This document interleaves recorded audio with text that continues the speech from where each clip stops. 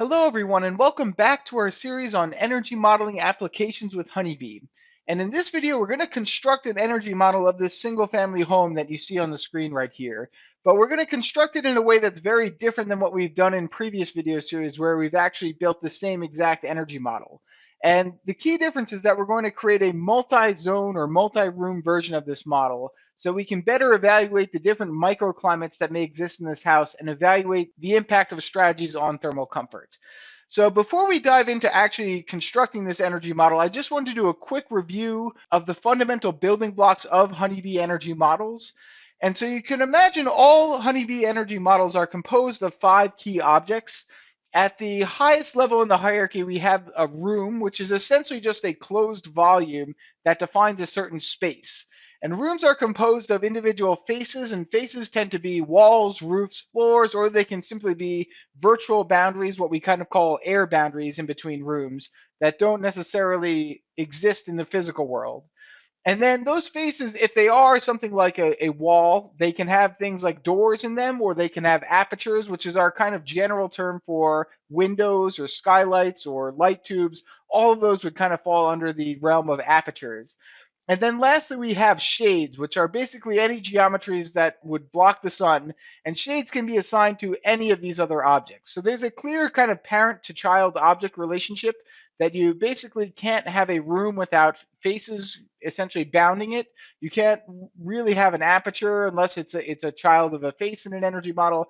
And shades are assigned to all of these different objects depending upon whether, let's say, they're an overhang or a set of louvers that are meant to just shade one window, or they're more something like an awning shading an entire face, or outdoor furniture, or something that may be assigned to a larger room. So we can picture kind of a honeybee model as something like this.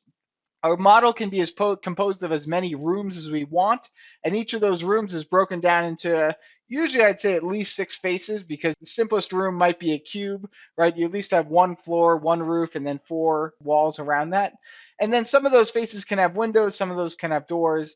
And again, shades can be assigned in any part of this hierarchy here. So, all right, so this is a very abstract way of understanding the structure of honeybee energy models. And there are also key geometry rules. We kind of call them 5 golden geometry rules that all of honeybee geometry has to follow in order to be valid, in order to be simulatable. And I'm going to review these quickly, but you'll hear me reference them again and again throughout this video. So first and foremost, all geometries ultimately, when they go off into Honeybee and into the energy simulation engines, they must be planar. And that's a restriction that we inherit from the Energy Plus engine that we actually use to run simulations. All geometry must be planar. And also all geometries must not be kind of self-intersecting. Like you can imagine a bow tie shape would not be legal. And the key things is you don't really have to worry too much about these 2 rules when working in Rhino Grasshopper, because we have built-in methods that will automatically planarize any kind of curved or NURB surfaces if you were to plug them into the corresponding Honeybee components. So we try and take care of these 2 rules as much as possible as we can. But nevertheless, it's important to be aware that everything ultimately becomes planar when you send it off to the simulation engine. Another rule is that all children subfaces, which are those apertures or doors, essentially those window surfaces, they have to be coplanar with and completely bounded by their parent face. So we can't necessarily have apertures and doors touching the boundary of their parent face or going past that boundary. They really have to be subfaces, as the word implies. They really have to be bounded completely by that parent face. And then one more rule is that when you have adjacent object pairs, now this is something that we haven't really encountered yet, but we will in the course of this video, adjacent object pairs have to have matching areas. And so you'll see me actually perform an intersection calculation in this video that ensures that we get these matching surface areas. And I'll reference this again when we get to it. And lastly, this one you may already have known from the way that we constructed energy models in the past, is that all room volumes have to be closed solids. You can't have any gaps or holes. And we do that for a number of reasons, but most notably, it allows us to make sure that the air volumes that we're plugging into our energy simulation are all correct. So, all right, so with those rules in hand, let us go and start constructing our energy model here. So I want you guys to open up this single family.3dm Rhino file that we actually worked with in the previous series. You'll see I have the link to this model included in the description if you need it. You can also get it with the Food for Rhino download, the samples that we include with that. But the critical thing is that you'll open this and probably you'll see a lot of these things showing up in the scene here. So you'll probably see something like this when you first open up the Rhino file.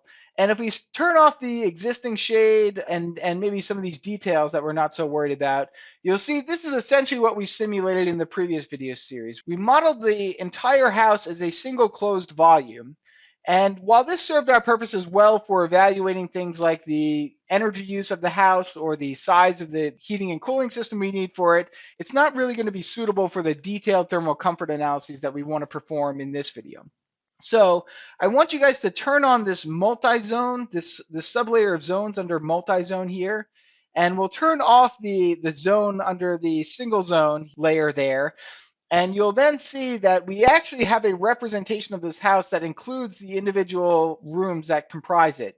So we have this central living space, for example. There's a kind of kitchen area here. These are all bedrooms and bathrooms on this side. So an energy model at this level of detail will allow us to actually evaluate the different microclimates in the house and evaluate thermal comfort in different spaces of the house. So let's dive right into setting up this energy model. So I'm going to open up Grasshopper here. And you guys already noticed that these geometries that we have in the scene here, all of them are following those 5 fundamental rules that I said.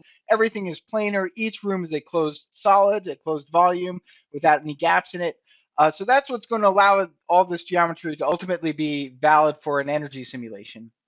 And so first things first, I'm going to select all of these closed solids that represent our rooms here, or zones as they're kind of labeled in this model. So if I right click on this zones layer and I say select objects, this will add all those closed volumes to the selection. You'll see they'll all turn yellow like they are on my screen. And this will allow me to bring just these geometries into Grasshopper here. So the way I'll do this is by double clicking and bringing up a native Grasshopper geometry parameter. And maybe I'm just going to use a little plugin for you guys so that you can actually see the names of the components as I drop them, both the names and the icons as I drop them on the canvas here.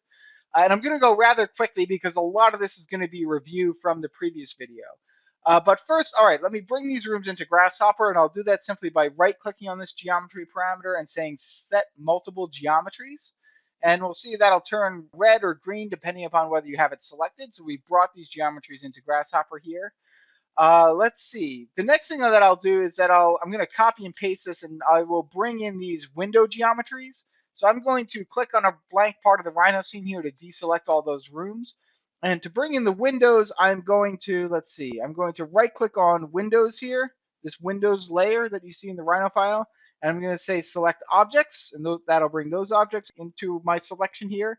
And then I can right click on those and say set multiple geometries again, and that'll bring these windows into Grasshopper here.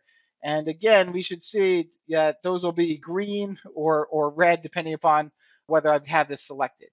Okay, all right, so with that, now that I have all these geometries in Grasshopper, I'm going to actually turn off these layers that we have in Rhino here. I'm going to turn off the windows, turn off the zones, and that'll just show us these Grasshopper ghosted representations of the geometry.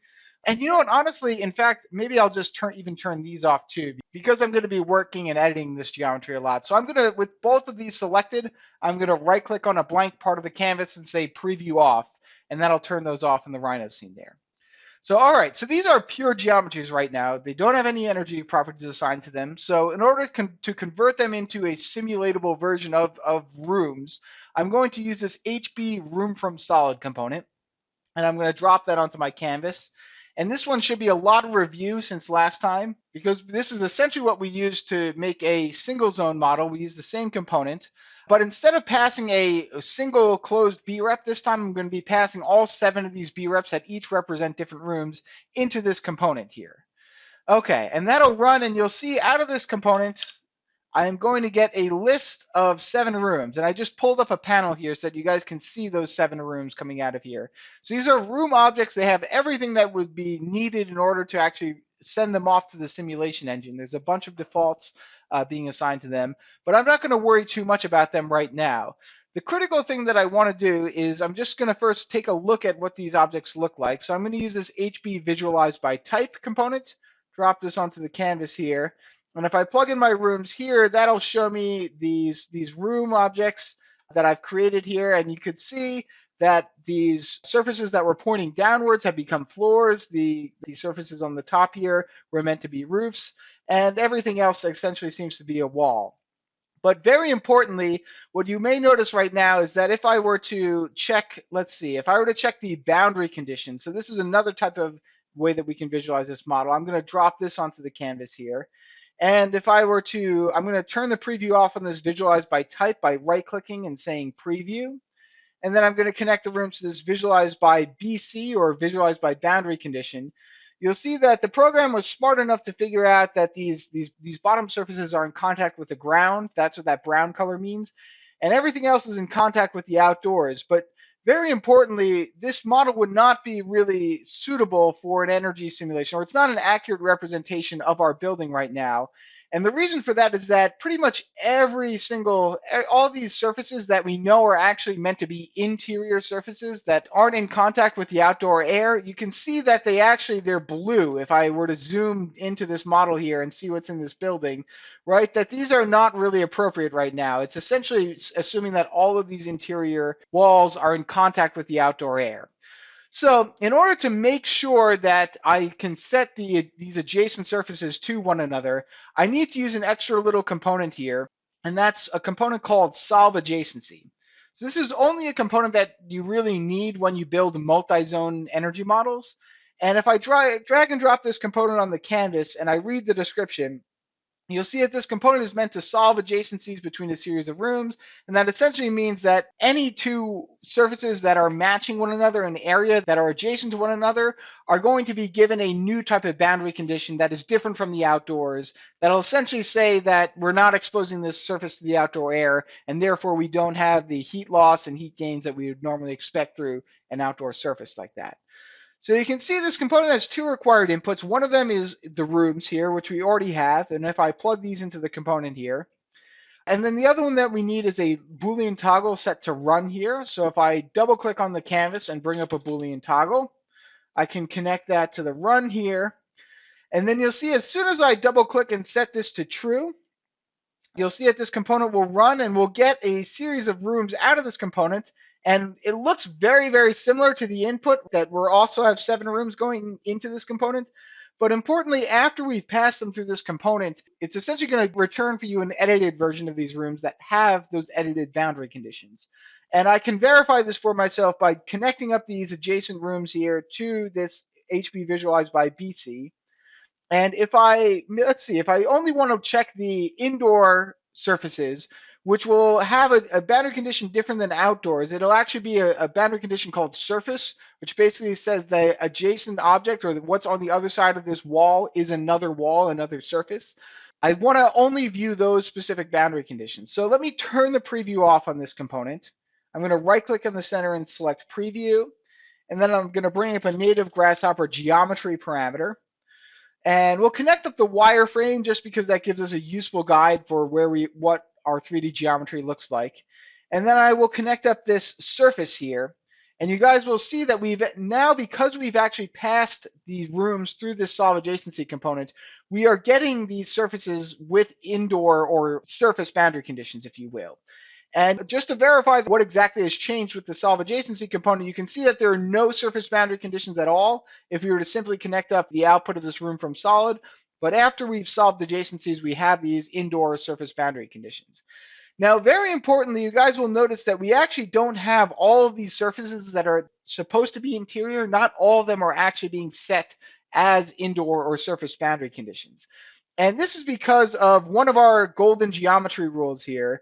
If you remember, I said I'd reference back to this, that all adjacent object pairs with a surface boundary condition have to have matching areas. And if I were to take a second, I'm just going to go back to Rhino and take a look at these original zones that I have here.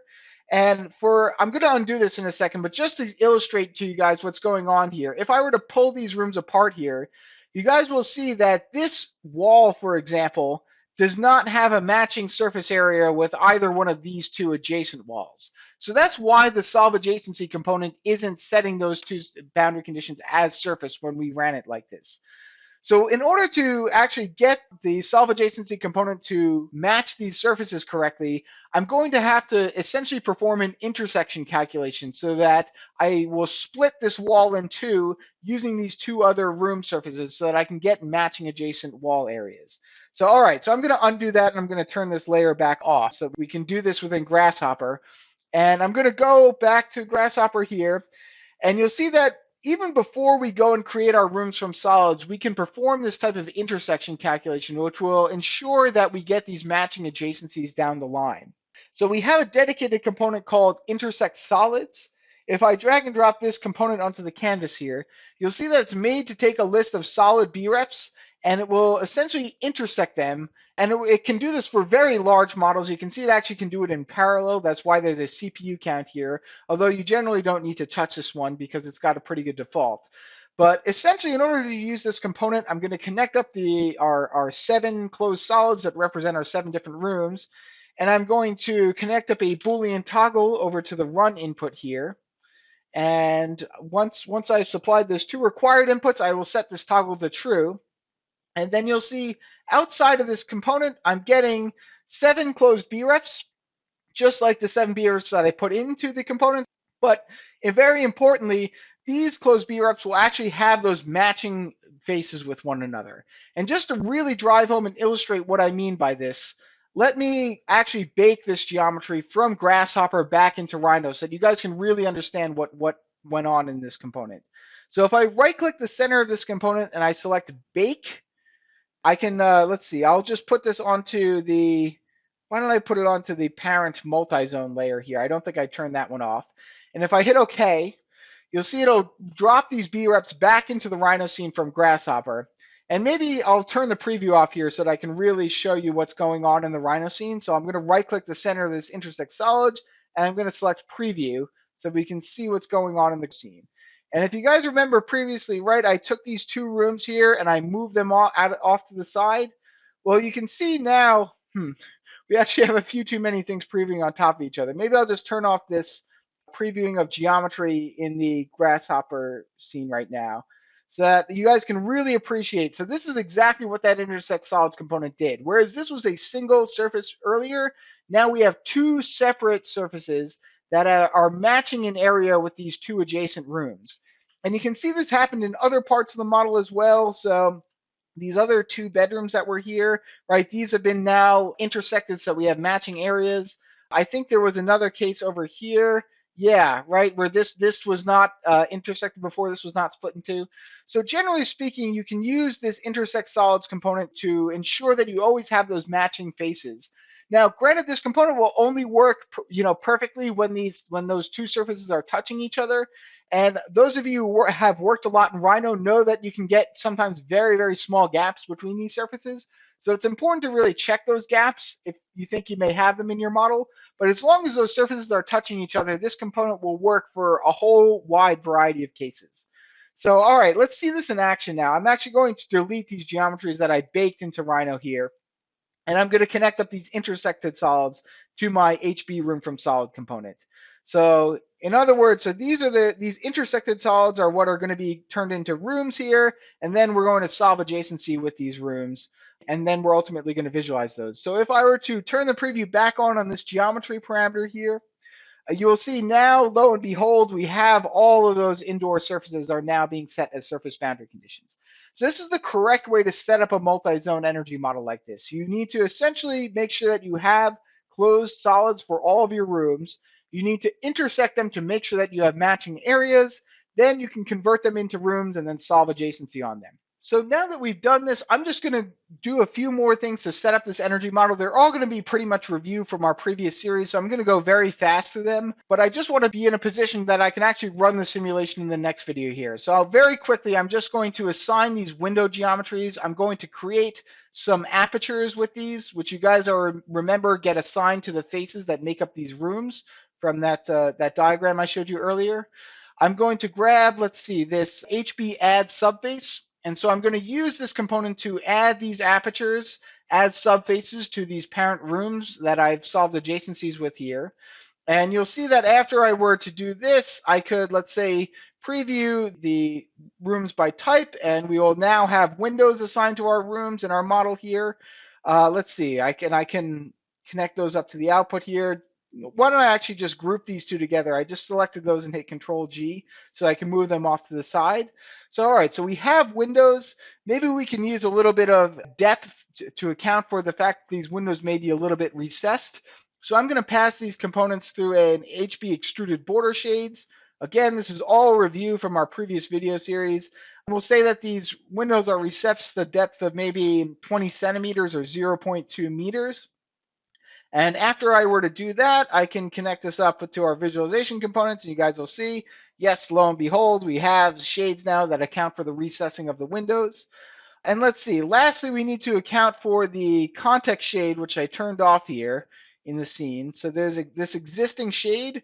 If I simply just select this in the Rhino scene, or I could do the same thing that I did previously, right-click on this layer and say Select Objects.